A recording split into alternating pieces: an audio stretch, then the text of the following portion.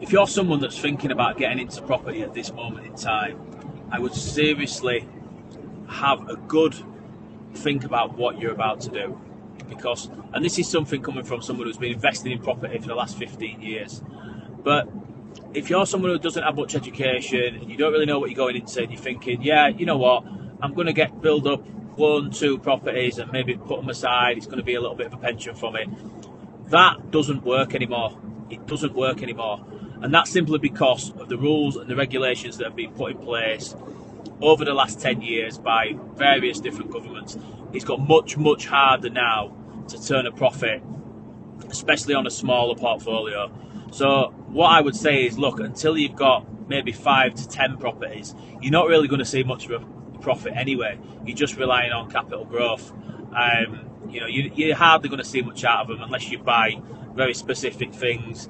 And, if you're a sort of a beginner investor, you're not going to be wanting to jump in and doing HMOs or stuff like that, which again requires a lot more admin, paperwork and management.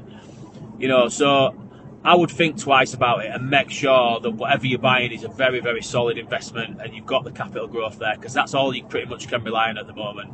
It's not until you start getting to 10 properties or more that you're going to start seeing a monthly income from this, because honestly, it's so hard now. The regulations that have been put in place, the renters' rights bill, you've got selective licensing in certain areas, another cost on top of that.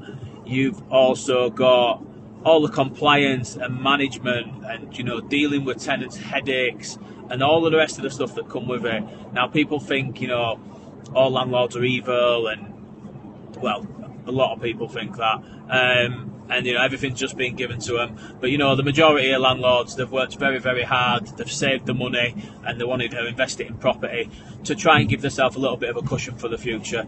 But I would say at this moment in time, with this government in place, who are very, very anti-landlord, just make sure that you've got your numbers correct and you're doing the right thing before you invest.